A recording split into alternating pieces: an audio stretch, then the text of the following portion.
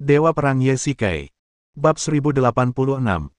Kamu sedang hamil sekarang, jadi kamu harus lebih banyak beristirahat. Ye Shikai berkata dengan ringan. Memang, dia sama sekali tidak mengantuk sekarang. Terlebih lagi, Chen Yuxin baru saja hamil, dan Ye Shikai tidak ingin menyentuhnya. Mereka berdua mengerti arti kata-katanya. Aku tidak mengantuk. Kalau tidak, ayo ngobrol. Chen Yuxin sedikit kecewa. Kejadian hari ini membuat citranya di hadapan Ye Shikai menjadi sangat buruk. Ketika mengetahui kebenarannya, Ye Shikai hampir merasa seperti orang bodoh yang dipermainkan oleh Chen Yuxin. Dia masih berkhayal bahwa apa yang dikatakan Luo Shiki itu salah. Pada akhirnya, fakta-fakta itu membuatnya pingsan. Cepatlah dan naiklah. Ye Shikai tidak ingin mengatakan apa-apa lagi. Mungkin apa yang terjadi hari ini meninggalkannya dengan bekas luka yang dalam. Dia sangat bingung sekarang. Dia tidak bisa melihat seperti apa masa depan nanti, dia juga tidak bisa melihat melalui penampilan Chen Yuxin yang sebenarnya.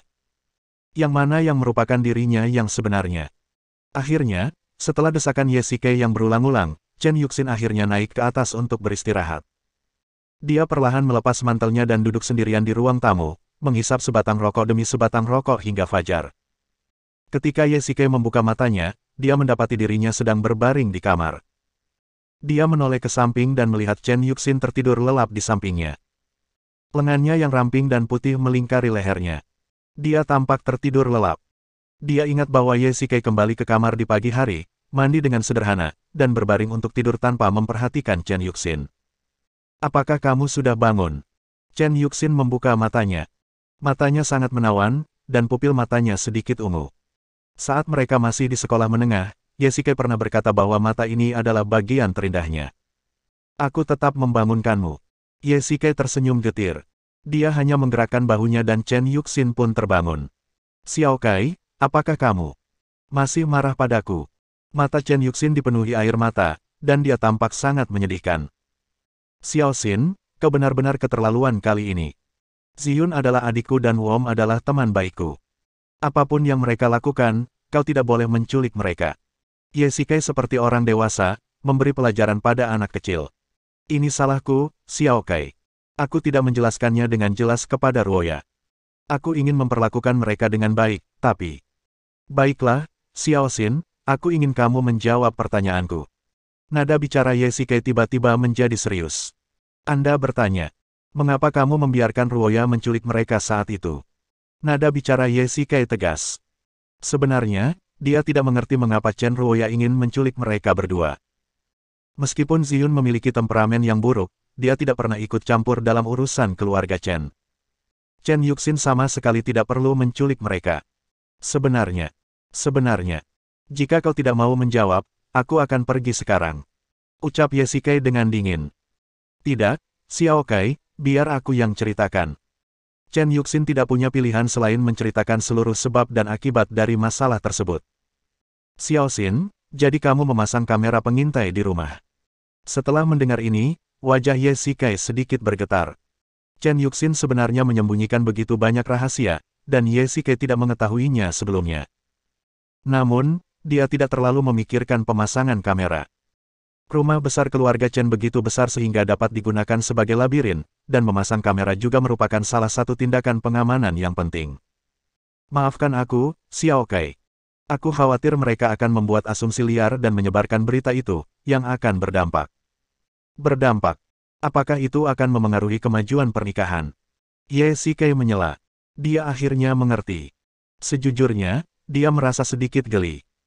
Dia tidak menyangka bahwa Chen Yuxin khawatir akan menimbulkan kecurigaan dari Istana Dunia Bawah atau Kuil Bulan, jadi dia melumpuhkan mereka dan menculik mereka. Sejujurnya, bahkan jika cacing itu meretas sistem keamanan keluarga Chen saat itu, dia dan Ziyun hanya melihat apa yang dilakukan Ye Shikai di ruangan itu. Adapun mengapa Chen Yuxin memasang pengawasan di ruangan itu adalah kebebasannya.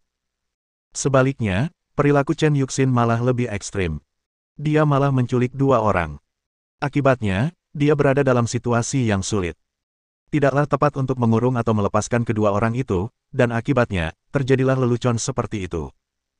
Xiao Kai, aku sama sekali tidak berniat menyakiti mereka, kamu harus percaya padaku. Chen Yuxin terus menjelaskan, kalau tidak, aku bisa meminta maaf kepada mereka secara langsung. Lupakan saja. Aku tahu betul watak Zion. Tidak ada gunanya kau meminta maaf. Lebih baik aku bicara padanya. Xiao Kai, aku sangat peduli dengan pernikahan ini, jadi kau tidak perlu mengatakannya, aku mengerti.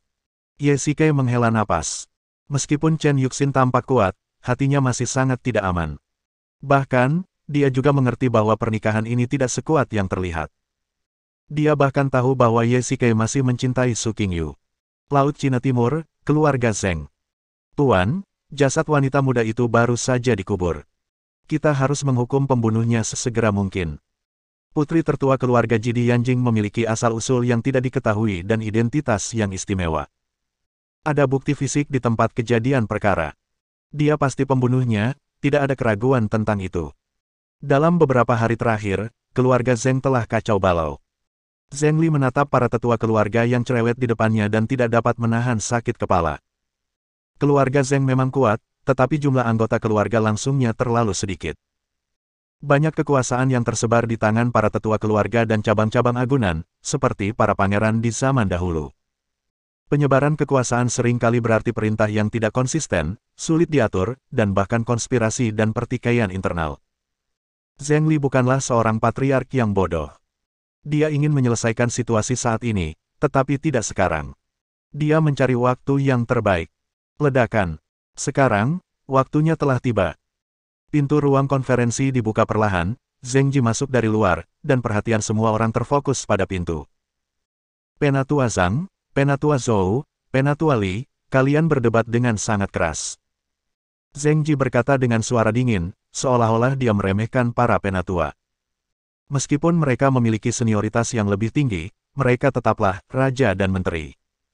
Para penatua tetap membungkuk hormat kepada Zheng Ji. Tuan, kami sedang mendiskusikan kasus pembunuhan wanita muda itu. Kebetulan sekali aku ada di sini hari ini untuk urusan ini juga, kata Zheng Ji ringan. Dalam kasus ini, Tuan muda pasti akan mengambil inisiatif untuk meminta pertarungan. Sebaliknya, Zheng Ji tiba-tiba meninggikan suaranya dan berkata dengan nada terkejut, pembunuhnya jelas bukan putri tertua keluarga Ji. Aku bersedia menjaminnya dengan reputasiku sebagai pewaris keluarga Zheng. Apa? Ini? Tuan tertua benar-benar terlalu tidak stabil. Bagaimana bisa kau membiarkan tuan muda menganggap ini sebagai lelucon ketika ini menyangkut kasus pembunuhan yang serius? Para tetua di bawah membicarakannya, dan bahkan Zheng Li pun terkejut. Dia sangat penasaran. Mungkinkah Zheng Ji telah menemukan bukti yang meyakinkan? Namun, dia tidak bisa tidak khawatir pada Zheng Ji. Menghadapi para tetua keluarga yang bisa disebut rubah tua, ini, senioritasnya masih terlalu muda. Jika seseorang tidak puas dan kedua belah pihak tidak dapat mencapai kesepakatan, itu tidak akan kondusif bagi perkembangan keluarga di masa depan. Bab 1087. Menurut laporan dari bawahanku, Tuan muda tertua tampaknya telah bertemu dengan nona muda tertua dari keluarga Ji secara pribadi. Sebuah suara santai terdengar di antara kerumunan, dan Tetua Li, yang disebutkan oleh Zheng Ji sebelumnya perlahan berjalan keluar. Apa? Tuan muda benar-benar sudah bertemu dengannya. Menurut pendapatku, tuan muda itu tersihir oleh wanita itu. Kudengar putri sulung keluarga Ji itu sangat cantik, begitu cantiknya sehingga tuan muda itu begitu yakin bahwa pembunuhnya bukan dari keluarga Ji. Mungkin karena dia tersihir oleh wanita itu. Kita bertemu begitu cepat. Jika kita memberitahu musuh, bukankah itu berarti kita membiarkan gadis itu melarikan diri tanpa hasil?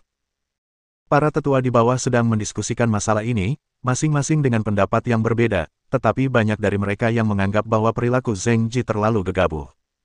Ini sama saja dengan mengingatkan Ji Qian dan memperingatkan musuh. Penatua Li benar. Saya bertanggung jawab atas masalah ini. Bertemu dengan Nona Ji untuk memahami situasinya adalah satu-satunya cara untuk menyelesaikan masalah. Zheng Ji menjawab dengan tenang, tidak ada gunanya membahas benar dan salah di sini secara pribadi. Itu hanya akan menambah banyak omong kosong dan tidak akan membantu menyelesaikan masalah. Jadi, apakah tuan muda memperoleh sesuatu? Tetua Li bertanya balik. Ayah, tetua, Ji Qian jelas bukan pembunuhnya. Apakah ada bukti? Zheng Li berkata dengan enteng. Karena Zheng Ji begitu yakin, dia pasti punya bukti. Jika Zheng Ji benar-benar memberikan bukti, spekulasi para tetua ini akan sia-sia. Yang terpenting adalah posisi Zheng Ji dalam keluarga dapat semakin kokoh. Sejak zaman dahulu, hubungan antara raja dan rakyatnya selalu sangat rumit, terutama dalam hal kekuasaan. Tidak seorang pun dapat sepenuhnya menguasai semua kekuasaan. Distribusi dan pengawasan serta keseimbangan kekuasaan merupakan faktor-faktor penstabil dalam kelompok penguasa. Jika kekuasaan rakyat terlalu besar dan prestasi mereka terlalu besar untuk diakui oleh raja, Zhengli ingin membuka jalan bagi Zhengji, jadi ia harus membasmi faktor-faktor ini. Tentu saja, pada hari kejadian, Jiqian berada di Yanjing untuk menghadiri makan malam, sebagaimana dibuktikan oleh foto-foto yang diambil malam itu. Itu juga mungkin. Jiqian memerintahkan anak buahnya untuk melakukan pembunuhan. Bukankah dia Dewi Bulan? Dan pemuda yang baru saja menikah dengan kepala keluarga Chen di Yanjing adalah dewa utama dunia bawah, Hades. Kudengar dia punya hubungan dekat dengan Jiqian. Dengan kekuatan mereka, mereka cukup untuk membunuh wanita tertua. Tetua Li membalas, tetapi tidak semudah itu untuk memfitnah seseorang sekarang. Mengandalkan hanya satu bukti fisik memang tidak meyakinkan. Jika pelakunya adalah orang dari istana dunia bawah, mengapa masih ada lambang kuil bulan di tempat kejadian?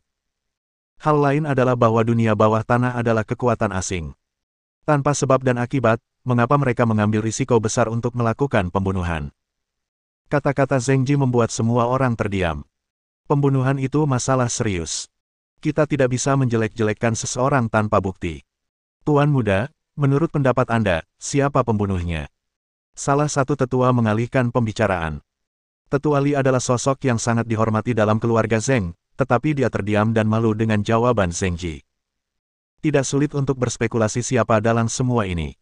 Karena keluarga Ji telah dijebak, hanya ada dua kemungkinan dalang yang sebenarnya.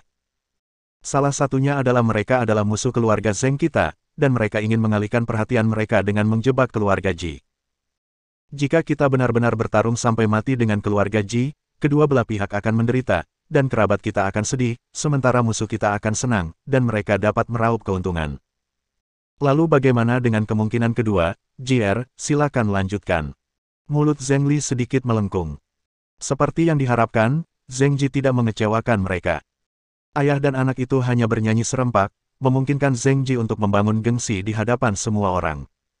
Kemungkinan kedua adalah pembunuhnya adalah musuh keluarga Ji.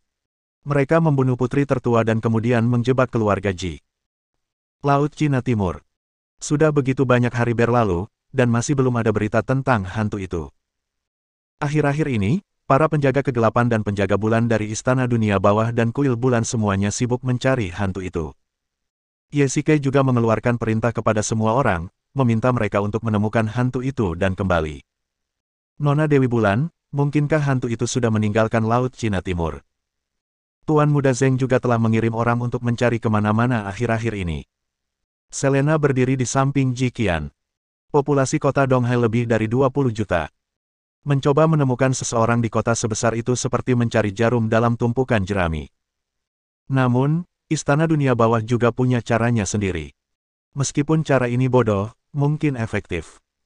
Wom mengirimkan satu set peralatannya langsung dari Eropa ke Laut Cina Timur dengan pesawat khusus. Pada paruh pertama tahun ini, Wom mengembangkan sistem pengenalan wajah di Eropa. Selama fitur wajah target dimasukkan, monitor dapat mencocokkan orang yang lewat, bahkan di tengah kerumunan besar. Namun, kejelasan pemantauan Laut Cina Timur tidak cukup, jadi Wom juga meminta orang menemukan ribuan kamera definisi tinggi. Meskipun harganya sangat mahal, kamera itu tidak ada apa-apanya bagi Istana Dunia Bawah. Memang, ini seperti pendekatan mencari jarum dalam tumpukan jerami, tetapi identifikasi cerdas menghilangkan kebutuhan akan tenaga manusia. Menempatkan kamera di daerah padat penduduk di Laut Cina Timur mungkin sebenarnya bisa memberikan beberapa petunjuk. Rumah Sakit Tunghai. Ali, seseorang baru saja mengirimimu surat. Surat itu tidak ditandatangani. Katakan saja surat itu untukmu. Di bagian keamanan, seorang petugas keamanan setengah baya menyerahkan surat kepada Gos. Apa? Ada surat untukku. Gos sangat penasaran. Dia baru saja kehilangan ingatannya dan tidak punya saudara di Donghai. Siapa lagi yang akan mengiriminya surat? Jika itu Gusin, itu tidak mungkin. Mereka semua bekerja di rumah sakit dan akan bertemu setiap hari. Jika ada sesuatu, mereka tinggal mengirim pesan lewat telepon. Siapa dia? Hantu itu membuka amplop itu dan menemukan selembar kertas yang berisi alamat. Guli, apa yang sedang kamu lakukan?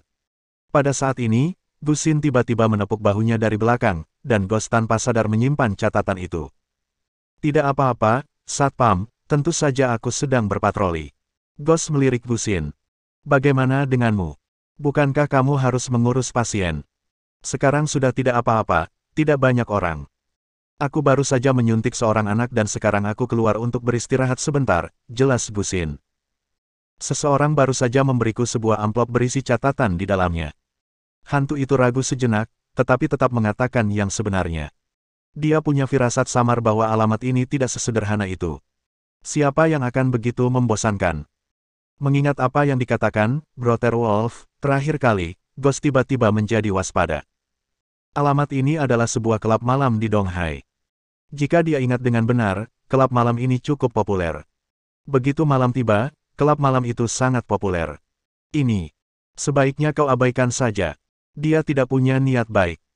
Gusin secara naluriah merasakan bahaya dan bahkan mempertimbangkan untuk memanggil polisi. Mungkinkah para penjahat yang terakhir kali? Gusin berkata dengan sedikit ketakutan. Bab 1088. Mungkin, setidaknya aku tidak ingat siapa yang ku kenal, dan mereka mengirimiku surat untuk memberitahuku, yang jelas tidak ingin orang lain melihatnya. Hantu itu memegang alamat itu di tangannya, cukup ragu-ragu. Siapa peduli? Kalian tidak boleh pergi. Kalau para penjahat itu datang lagi, aku akan panggil polisi untuk menangkap mereka. Gusin, yang tidak pernah menyukai pasukan bawah tanah, berbicara dengan nada mengancam. Ghost memikirkan hal ini. Sebenarnya, dia tidak tertarik dengan posisi wakil ketua geng, kekayaan dan kehormatan, atau kekuasaan dan kecantikan yang dijanjikan oleh Wolf Brother. Dia menganggap mereka sebagai sampah padahal ada begitu banyak orang yang memimpikannya mereka di masyarakat. Tidak heran setelah Ghost menolak begitu banyak keuntungan yang ditawarkan oleh Wolf Brother, para gangster di sekitarnya sangat terkejut. Mereka telah berkecimpung dalam bisnis ini selama bertahun-tahun tanpa mendapatkan begitu banyak keuntungan, tetapi Ghost menolaknya dengan begitu enteng. Mungkin, sebelum dia kehilangan ingatannya, Ghost telah terlalu lama terpapar kehidupan mewah dan status kehormatan, jadi bahkan setelah kehilangan ingatannya, dia secara naluriah tidak tertarik pada hal-hal ini. Baiklah, aku tidak akan pergi. Hantu itu memasukkan catatan itu ke dalam sakunya dan kembali bekerja. Ngomong-ngomong, aku harus kembali ke Universitas Donghai siang ini. Kau bisa ikut denganku, lalu kita bisa pergi berbelanja atau semacamnya. Hei, Nona, Anda santai saja sekarang, tapi saya masih ada pekerjaan yang harus dilakukan. Hantu itu merasa sedikit geli. Gusin baru berusia 23 tahun, paling banter lulusan perguruan tinggi, dan masih punya keinginan kuat untuk bermain. Akan sangat buruk jika dekan tahu bahwa aku meminta cuti untuk menemanimu bermain. Lagi pula, biaya pengobatanku ditanggung oleh rumah sakit. Ghost menolak Gusin dengan sopan. Yang paling ingin dia lakukan sekarang adalah membayar biaya pengobatannya. Dekan adalah orang baik, dan dia tidak ingin mengecewakannya. Cek. Baiklah kalau begitu. Gusin menggigit bibirnya dan meninggalkan ruangan dengan perasaan agak tidak senang. Dasar anak kecil. Ghost mendesah tak berdaya, mengenakan seragam keamanannya, mengambil tongkatnya dan mulai berpatroli di rumah sakit. Rumah sakit, kantin staf. Guli, apakah kamu melihat Siner? Tepat saat Ghost sedang makan siang sendirian, sebuah suara tergesa-gesa datang dari belakangnya. Dr. Gu. Ghost menoleh dengan rasa ingin tahu, dan orang yang datang adalah Gu Jian. Dia berkeringat deras, seolah-olah dia telah menghadapi sesuatu yang mendesak. Gusin memberitahuku bahwa dia akan kembali ke Universitas Donghai pada siang hari. Ya, dia juga memberitahuku, tapi aku baru saja meneleponnya tetapi tidak bisa tersambung. Dia tidak membalas pesanku. Apa yang harus kulakukan? Gu Jian berkata dengan cemas, yang sangat berbeda dari sikap tenangnya yang biasa. Apa? Kita tidak bisa menghubunginya, apa yang terjadi? Ghost panik ketika mendengar ini. Meskipun Gusin terkadang memiliki temperamen yang buruk, dia tidak akan pernah membuat orang-orang di sekitarnya cemas. Adapun tidak mendengarnya, itu tidak mungkin. Sudah begitu lama, dia seharusnya melihat pesannya. Saya sangat khawatir sekarang. Teman-teman sekelasnya di universitas tidak melihatnya datang. Saya khawatir dia mungkin mengalami kecelakaan. Jangan khawatir, dokter. Gu, panggil saja polisi dulu dan aku akan segera mencari seseorang. Ghost tidak mengatakan apapun dan bergegas keluar bahkan tanpa menghabiskan makanannya. Mengenai cuti, dia bisa meminta rekan-rekannya untuk melakukannya. Baiklah, terima kasih banyak. Ghost langsung bergegas keluar dari rumah sakit. Karena Gusin berkata dia akan pergi ke Universitas Donghai, maka dia harus pergi ke sana untuk mencarinya. Dia ingat bahwa dia seharusnya berada di departemen medis, jadi jika dia pergi ke sana untuk mencari teman sekelasnya, dia seharusnya dapat menemukan sesuatu. Universitas Donghai. Hantu itu bertanya kepada teman-teman sekelasnya dan menemukan gedung sekolah kedokteran. Banyak mahasiswa yang melakukan eksperimen di dalamnya, jadi hantu itu menemukan kantor konselor. Tuan, siapa yang Anda cari? Salah satu guru bertanya dengan rasa ingin tahu. Maaf, saya teman Gusin. Saya tidak bisa menghubunginya saat ini, jadi saya datang ke Sueksue untuk menanyakan situasinya. Apa? Aku tidak bisa menghubungi teman sekelas Gu. Ya, itu sebabnya aku datang untuk menanyakan apakah dia sudah datang ke sekolah. Dia bilang hari ini akan datang ke sekolah jam 12 siang, tapi sekarang aku tidak bisa menghubunginya. Jangan khawatir, saya akan pergi ke ruang keamanan untuk mengambil rekaman pengawasan sekarang. Konselor menjadi cemas ketika mendengar ini dan bergegas keluar untuk mengambil rekaman pengawasan. Ding-aling. Tiba-tiba, ponsel Ghost berdering. Ia membukanya dan melihat bahwa itu adalah nomor yang tidak dikenal. Halo, siapa ini? Tuan Guli, tidak bisakah Anda menemukan pacar Anda? Suara serak terdengar dari ujung telepon.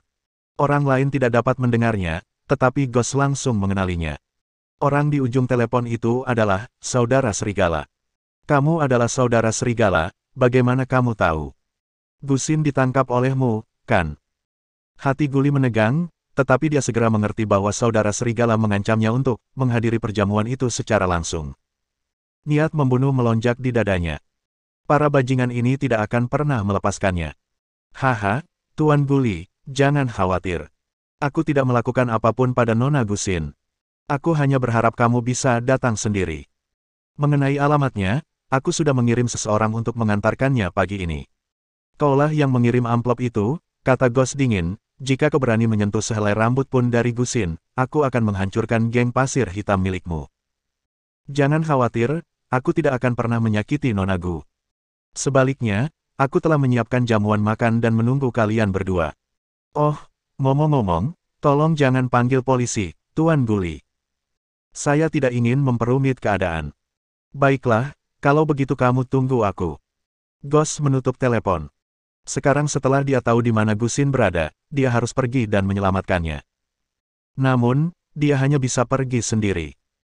Meskipun Brother Wolf mengatakan di permukaan bahwa dia akan memperlakukan mereka berdua dengan baik, jika dia benar-benar memanggil polisi, Brother Wolf mungkin benar-benar berani mengambil tindakan. Jadi, demi keselamatan, Ghost hanya bisa pergi sendiri.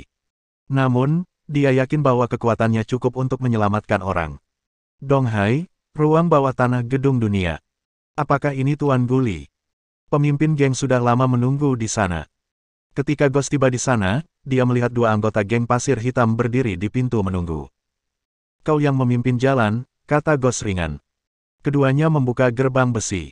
Mereka tidak menyangka bahwa markas geng pasir hitam sebenarnya berada di pusat kota Donghai. Namun, biasanya tidak ada yang datang ke ruang bawah tanah ini, dan diperkirakan sudah lama dikontrak oleh Brother Wolf. Haha, Tuan Guli akhirnya datang. Aku sudah menunggunya begitu lama. Brother Wolf berjalan cepat, ingin berjabat tangan dengan Ghost, tetapi dia sama sekali tidak menghargainya. Dia berjalan melewati Brother Wolf dan membuka pintu. Gusin sedang duduk di kursi, dan meja itu penuh dengan makanan lezat, tetapi Gusin tidak punya selera untuk mencicipinya dan terus mendengus. Gusin, kamu baik-baik saja. Guli segera menghampirinya saat melihatnya. Hebat, aku tahu kau akan datang menyelamatkanku.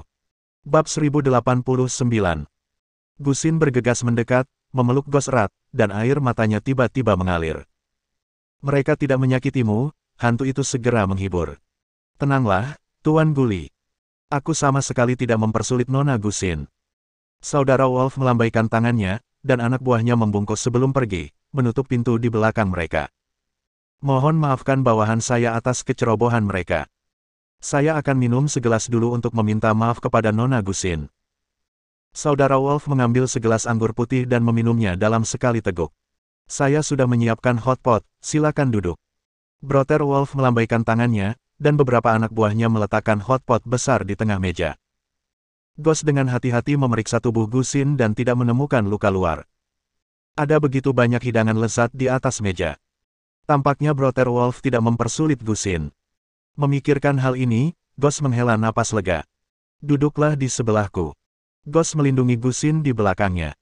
Wolf Brother duduk di tengah, Ghost duduk di sebelahnya, dan Gusin duduk di sampingnya. Apa yang kau inginkan dariku? Tanya hantu itu langsung. Haha, Tuan Guli, apa pendapatmu tentang kejadian terakhir? Jawabanku sangat jelas, aku menolak untuk bergabung dengan gengmu. Ghost berkata langsung, mengapa aku harus menjadi warga negara yang taat hukum dan mengikutimu untuk melakukan sesuatu yang melanggar hukum dan moralitas? Ghost berkata dengan benar.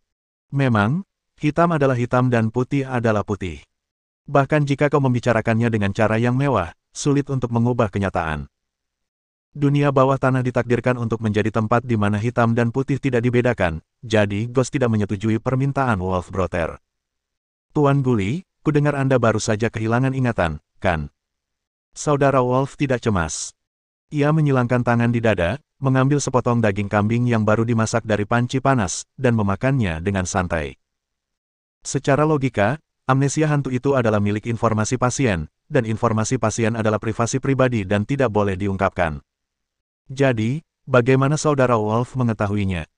Mungkin informasi hantu itu terdeteksi pada hari terjadinya perselisihan medis. Jadi apa? Ghost berkata dengan dingin, meraih tangan Gusin dan berdiri, ayo pergi. Saudara Wolf, saya sudah menjelaskan dengan sangat jelas bahwa saya tidak akan ikut campur dalam urusan geng ini. Kami akan pergi dulu. Anda bisa melanjutkan makan. Kalian berdua, silakan tinggal, kata saudara Wolf tiba-tiba sambil bertepuk tangan, dan beberapa penjahat menyerbu masuk sambil mengarahkan senjata mereka ke arah kedua pria itu. Ada senjata. Ketika Gusin melihat kejadian ini, kakinya lemas. Dia hanya seorang perawat kecil, bagaimana mungkin dia melihat begitu banyak orang memegang senjata? Terlebih lagi, senjata itu diarahkan ke dua orang. Tidak apa-apa, jangan khawatir. Ghost juga panik. Jika dia tidak kehilangan ingatannya, dia mungkin tidak akan panik. Bagaimanapun, bagi seorang kultivator, pistol bukan lagi ancaman. Namun, Gusin masih ada di sampingnya. Berhenti. Siapa yang mengizinkanmu memegang senjata? Teriak Brother Wolf dengan keras. Semua orang segera mengambil kembali pistol mereka, dan Ghost akhirnya menghela napas lega. Maafkan aku karena membuatmu takut. Saudara Wolf meminta semua orang untuk pergi, dan hanya 3 orang yang tersisa di ruangan itu. Tuan Guli, saya hanya ingin bertanya, jika Anda ingin mendapatkan kembali ingatan Anda dan menemukan teman-teman lama Anda, saya dapat membantu Anda. Selain itu, saya memiliki kepercayaan diri. Saudara Wolf meminta keduanya untuk duduk lagi dan menatap Gusin. Nona Gu, Anda adalah seorang mahasiswa kedokteran, jadi Anda harus memahami kemungkinan seorang penderita amnesia mendapatkan kembali ingatannya. Itu bukan hal yang mudah. Saya pikir Anda harus berharap bahwa pacar Anda dapat memulihkan ingatannya. Begitu saudara Wolf selesai berbicara, wajah Gusin menjadi serius. Kemungkinan seorang penderita amnesia mendapatkan kembali ingatannya sangat kecil, dan itu juga memerlukan beberapa kondisi stimulasi tertentu. Dia juga ingin membantu Ghost, tetapi dia tidak memiliki kemampuan. Kamu juga bilang ini sulit, jadi kenapa aku harus percaya kamu bisa melakukannya? Tanya Ghost dingin. Baiklah. Saya harap Nona Gusin bisa minggir sebentar. Brother Wolf tersenyum misterius. Gusin dan Ghost saling memandang, tidak mengerti apa yang akan dia lakukan. Anda. Jangan khawatir, Nona Gusin. Aku melakukan ini demi kebaikanmu dan Tuan Guli. Silakan tunggu di luar dulu. Saudara Wolf melanjutkan, ngomong-ngomong, Nona Gu, Anda belum makan siang. Aku benar-benar minta maaf membawa Anda ke sini begitu tiba-tiba. Bagaimana kalau aku masuk ke dalam bersama Tuan Guli dan mengobrol, dan Nona Gusin bisa tinggal untuk makan siang? Saudara Wolf berdiri, memberi isyarat tolong kepada hantu itu, dan menunjuk ke pintu kayu di sampingnya. Guli. Jangan khawatir, Gusin. Dia tidak akan melakukan apapun padaku. Makan saja sesuatu di sini dulu. Hantu itu menghibur dengan lembut. Jangan khawatir, aku hanya berbicara dengan Tuan Guli tentang beberapa hal tentang memulihkan ingatan. Saudara Wolf tersenyum tipis, dan setelah Ghost menghiburnya dengan beberapa patah kata, dia langsung masuk. Di dalam ruang rahasia. Apakah kamu ingin merokok? Brother Wolf menyodorkan sebatang rokok kepadanya. Ghost mengulurkan dua jari dan menjepitnya dengan lembut, lalu dengan cekatan mengambil korek api dan menyalakan rokok itu. Aku belum makan siang. Kalau ada yang ingin kau katakan, katakan saja sekarang. Ucap hantu itu dengan enteng. Terakhir kali Tuan Gu dan aku bertengkar, aku sudah tahu kamu bukan orang biasa. Saudara Wolf juga mengambil sebatang rokok dan mulai menghisapnya. Kekuatan tahap keluar tubuh akhir jarang ada di Laut Cina Timur, kecuali keluarga Zheng. Itu sudah cukup untuk memiliki kekuatan di Laut Cina Timur. Aku tidak tahu apa tahap akhir dari pengalaman keluar tubuh itu, dan aku tidak tahu kekuatan apa yang dimilikinya. Kata hantu itu asal bicara. Haha, wajar saja kalau Tuan Gu tidak tahu, tapi aku yakin kamu pasti sudah tahu ini sebelum kamu kehilangan ingatanmu. Bagaimana apanya? Alasan mengapa Tuan Gu dapat dengan mudah menjatuhkan lebih dari selusin pria kuat adalah karena Anda memiliki kekuatan internal dalam tubuh Anda. Di Tiongkok, orang-orang dengan kekuatan internal disebut praktisi. Brother Wolf menjelaskan. Ghost bingung. Tidak peduli apakah itu Gusin, Gujian, atau bahkan seseorang yang diambil secara acak dari jalan, tidak ada dari mereka yang mengerti apa itu kekuatan internal. Namun, dia juga ingin tahu mengapa dia dapat dengan mudah menjatuhkan lebih dari selusin orang dan bahkan melakukan banyak gerakan di luar orang biasa. Ada banyak keluarga kultivator di Tiongkok. Beberapa dari mereka bersembunyi di pegunungan dan tidak peduli dengan urusan duniawi, sementara yang lain telah menyatu dengan masyarakat dan tidak berbeda dengan orang biasa. Namun secara umum, hanya sedikit orang yang dapat bersentuhan dengan kultivasi. Kekuatan batinmu begitu dalam. Apakah kamu pikir kamu orang biasa? Saudara Wolf bertanya balik. Pertanyaan ini seperti pisau yang menusuk hati Ghost. Ya, mungkinkah identitas aslinya adalah sesuatu yang memalukan? Mungkinkah dia seorang pembunuh atau semacamnya? Satu hal lagi. Aku memeriksa catatan medismu. Pada hari kau dikirim ke rumah sakit, sebuah ledakan terjadi di sebuah rumah sewa di Donghai. Ada lebih dari 20 mayat di dalamnya. Namun, kau adalah satu-satunya yang ditemukan di dekat rumah dan dikirim ke rumah sakit tepat waktu untuk perawatan darurat. Apakah kau tidak penasaran dengan apa yang terjadi? Bab 1090. Apa kau tidak tahu? Ghost berkata dengan dingin, tetapi ekspresi samar di wajahnya mengkhianatinya. Sebagian besar alasan mengapa Wolf Brother mampu mengukir dunia untuk dirinya sendiri di Laut Cina Timur yang dalam dan keruh adalah karena ia mampu membaca ekspresi orang, tahu cara memanfaatkan orang, merekrut sekelompok besar orang untuk bekerja untuknya, dan bergaul dengan semua orang. Kekuasaannya meluas selangkah demi selangkah. Geng Pasir Hitam memang merupakan geng besar di Laut Cina Timur dengan kekuatan yang cukup besar. Dapat dilihat betapa menggodanya posisi wakil pemimpin geng. Dengan status ini, kekuasaan, uang, dan wanita cantik akan datang dalam aliran yang tak ada habisnya. Namun, menurut Ghost, bahkan jika Wolf Brother sangat kuat, ia mungkin tidak mengetahui kebenaran tersembunyi dari masalah ini. Bagaimanapun, polisi telah memberikan penjelasan bahwa rumah itu hancur oleh ledakan gas. Haha, tidak ada yang namanya tembok yang tidak bisa ditembus di dunia ini. Kau tidak bisa mendapatkan apa yang kau inginkan hanya karena kau tidak cukup mampu dan statusmu tidak cukup tinggi. Brother Wolf tersenyum tipis, mari kita kembali ke pokok permasalahan. Mengenai pemulihan ingatanmu, aku tidak sedang membual. Aku punya metode yang dapat membantumu memulihkan ingatanmu. Meskipun aku tidak dapat menjamin bahwa semuanya akan dipulihkan, setidaknya itu akan berhasil. Cara apa? Ceritakan dulu padaku. Hantu itu ragu. Saudara Wolf punya banyak trik, dan sulit meyakinkan orang hanya dengan kata-katanya. Ada sejenis teratai salju yang tumbuh di dekat Gunung Baisan di Tiongkok. Konon katanya bunga ini memiliki efek ajaib untuk menjernihkan pikiran dan memulihkan ingatan. Kau juga mengatakan bahwa ini hanyalah legenda. Mengapa aku harus mempercayaimu? Balas hantu itu. Tentu saja, ini hanya legenda, tetapi Anda mungkin tidak mengerti bahwa dunia kultivator tidak dapat dijelaskan oleh ilmu pengetahuan saat ini. Saya telah mendengar tentang legenda teratai salju sejak lama. Anda juga harus mengerti bahwa menurut situasi saat ini, Anda mungkin tidak akan pernah dapat memulihkan ingatan Anda seumur hidup. Tidakkah Anda ingin mencobanya? Baiklah. Kenapa kau tidak memberitahuku syaratmu terlebih dahulu? Hantu itu mengalihkan topik pembicaraan. Orang-orang akan mengorbankan kepentingan mereka hanya demi keuntungan yang lebih besar. Saudara Wolf bersedia membantunya memulihkan ingatannya hanya karena bergabunglah dengan geng Pasir Hitam, dan posisi wakil pemimpin geng akan menjadi milikmu. Baiklah, aku akan memikirkannya. Tuan Gu, mohon tunggu sebentar. Saya tidak punya teratai salju jenis ini. Kalau begitu, semua yang kau katakan tadi hanyalah omong kosong. Hantu itu sedikit marah. Setelah berbicara cukup lama, teratai salju itu masih seperti bulan di air dan bunga di cermin. Jangan khawatir tentang itu. Meskipun teratai salju langka, aku punya cara sendiri untuk mendapatkannya. Tuan Gu hanya perlu memberitahuku apakah dia bersedia atau tidak. Saudara Wolf melanjutkan, aku bersedia menjaminnya dengan kepribadian dan reputasiku. Baiklah, biar aku pikirkan dulu. Ghost melambaikan tangannya dan berbalik untuk pergi.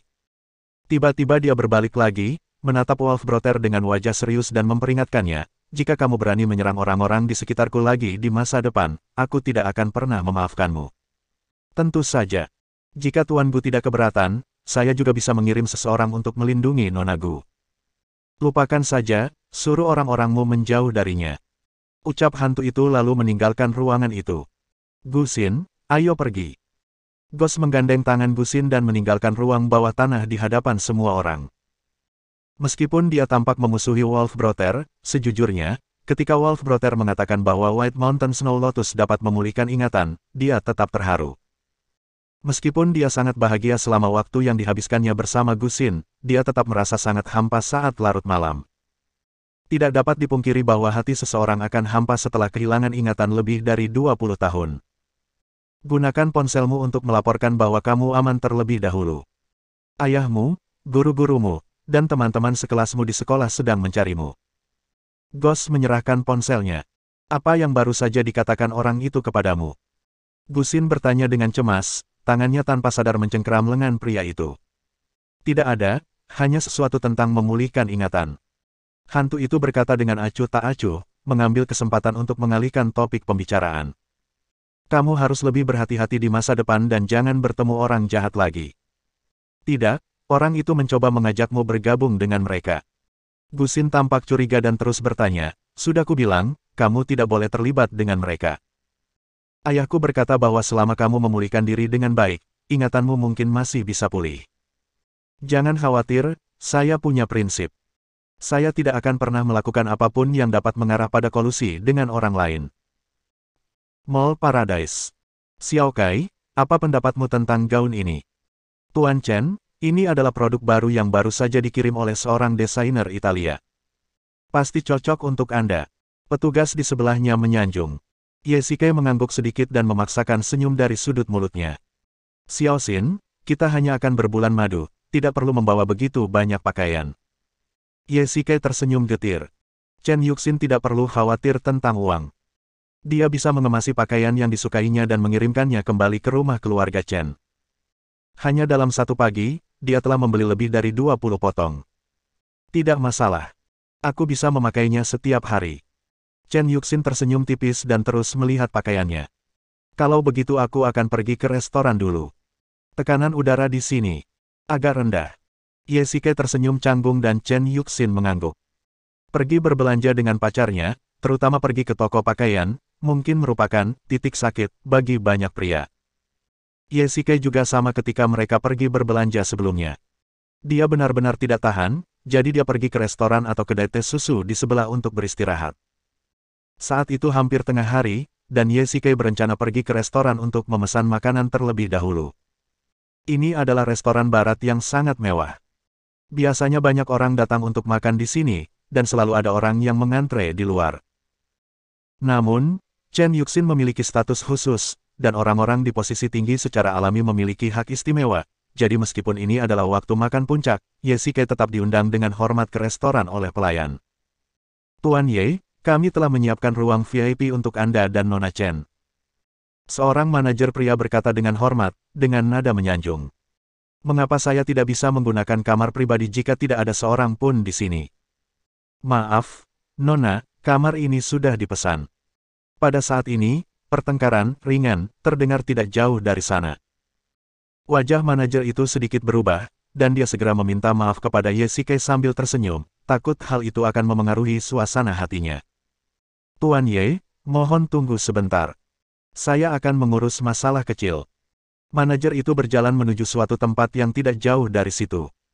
Ye Shikai cukup penasaran dengan apa yang telah terjadi dan tidak dapat menahan diri untuk tidak berjalan ke sana. Tetapi tidak seorang pun datang ke ruangan ini selama 2 jam. Nona, saya minta maaf, saya akan menyediakan tempat duduk lain untuk Anda. Manajer datang untuk membereskan semuanya. Ye Shikai mendorong pintu kayu hingga terbuka, tetapi tercengang oleh orang di depannya. King Yu, itu kamu. Kenapa? Kenapa kau? Su King Yu menoleh, ekspresinya berubah, dan dia secara naluriah menoleh ke samping. Tuan Ye, saya benar-benar minta maaf. Saya akan segera menanganinya. Melihat ini, manajer itu menunjukkan ekspresi cemas di wajahnya. Dia tidak berani menyinggung Chen Yuxin, kalau tidak dia akan kehilangan pekerjaannya. Dia segera berjalan ke arah Su King Yu dan mencoba membujuknya. Biarkan dia mengambil kamar pribadi ini, kata Ye Shikai dengan tenang. Bersambung.